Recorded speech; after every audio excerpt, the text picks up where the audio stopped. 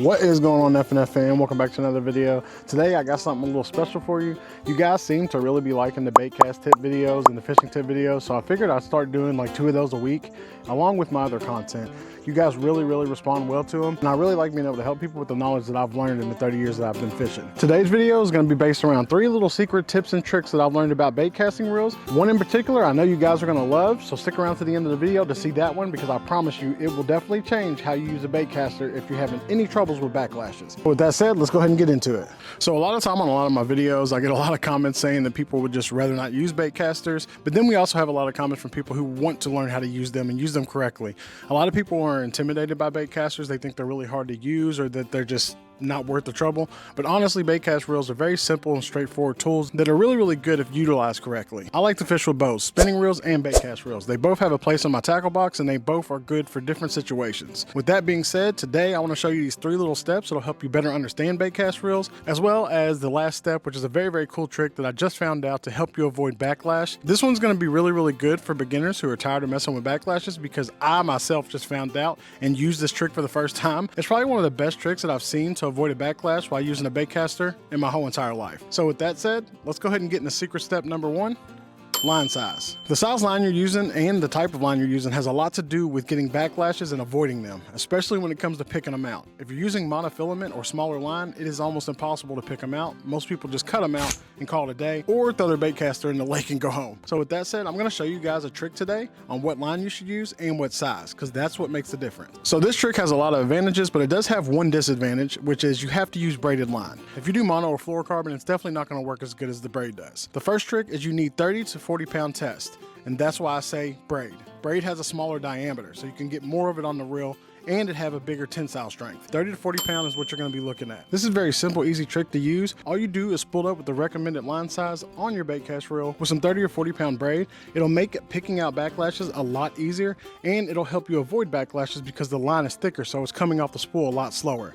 That'll help with inertia. Inertia is what's going to make the line fly off the spool, and then that's what causes those big bunches of bird's nest, or as I call them, backlashes. All right, guys, so on to secret tip number 2. This is something I definitely utilized a lot when I was first starting out, and it's something that I just stumbled across. Nobody taught me this, I just started doing it. It not only helped me avoid backlashes, but it also taught me how to use a bait caster reel a lot better, and that is turn casting. I don't even know if this is a real term. This is just something that I kind of came up with, but it's called turn casting. So basically what it is whenever you cast a bait cast reel, most times you're casting like this, overhead, just like that. Or you'll do a little side casting action where you cast like this. So what I found out works really good for me just by trial and error is by doing this, which I call turn casting. You're turning the reel completely on its side just like this and casting like this, supporting the bottom of the reel or the butt of the reel with your other hand, and then casting just like that. The whole time I'm keeping the bait caster like this. I'm keeping it sideways. So this is something, I don't know if this is like a real thing or what, but I promise you it does stop backlashes. And the reason it does is because it takes a lot of the tension off the spool. The amount of strength you put into the cast really makes a difference on if you're gonna get a backlash or not. You always wanna do a smooth, fluid motion whenever you're casting.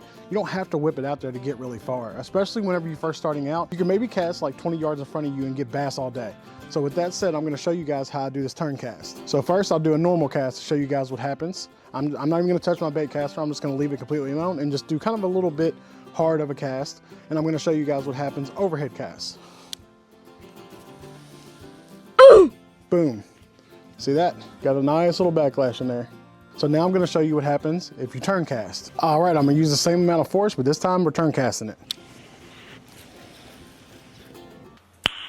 Nice. There you go.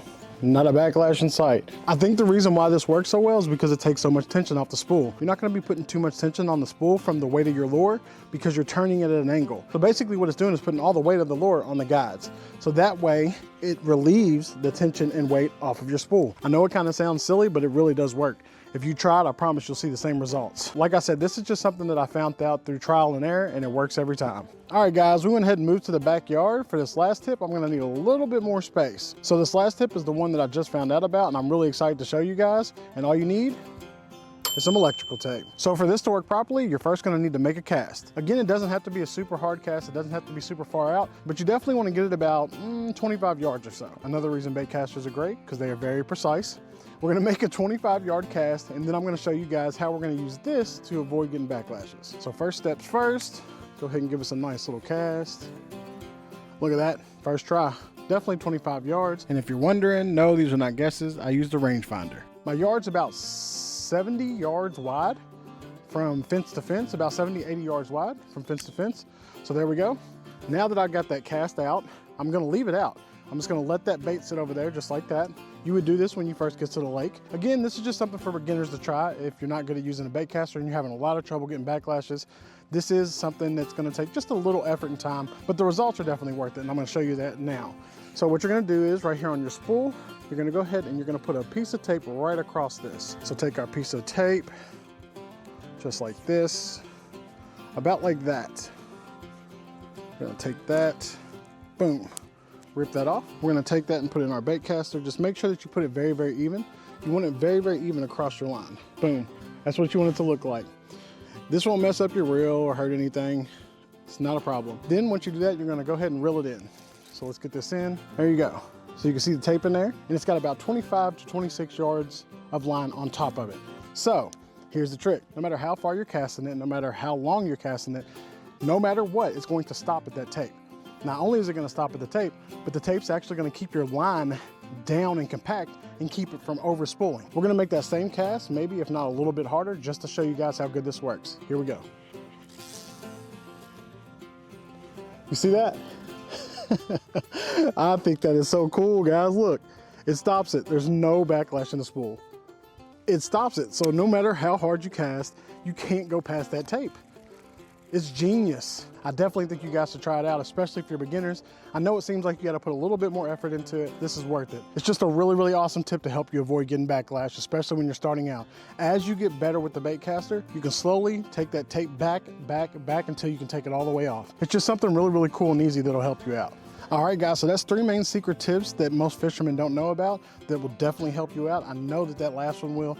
I will do an honorable mention as something else that really does help you avoid backlashes and keep your reel in tip-top shape, and that is reel maintenance. So every time you get done with a day of fishing, you're done using your bait caster, there's gonna be a lot of water that sits inside the reel. Not only sits on top of the reel, but it gets inside the gears as well. A lot of water, debris, and dirt just gets in there. I take a toothbrush and just some water, and then I scrub my gears just like this. Nothing major, nothing too serious, but I do this every time I get done using it. And just keeping up with proper maintenance on your bait cast reels every now and again, it keeps the gears nice and clean and keeps them from grinding, slipping, all that kind of bad stuff that you don't want to happen in a bait cast reel. Also, another thing you want to make sure you're doing at least once a month if you're using your bait caster a lot that month is to oil your gears just a little bit. If you go on Amazon, they got these little reel maintenance kits. I'll link one in the description. They come with oil, little brushes, little cleaning tools. They're really, really effective and affordable. So I definitely will link that for you guys so you guys can get one of those. But proper maintenance and maintaining your bait cast reel will also help you with a lot of issues with it. Just a little side caveat that I thought you guys might find helpful, that I know for a fact that I found helpful. First bait cast reel I had jammed up because I didn't clean it and take care of it properly. I just used it until the gears rusted. So just be aware of that, something that'll help you out in the long run. I really hope you guys found this video informative and helpful. If you did, please drop a thumbs up for me. Leave a comment down below on what you'd like to see me talk about next, and maybe I can do a video on that as well. I really hope you guys are enjoying these videos. Thank you so much for watching, and I will see you guys in the next one.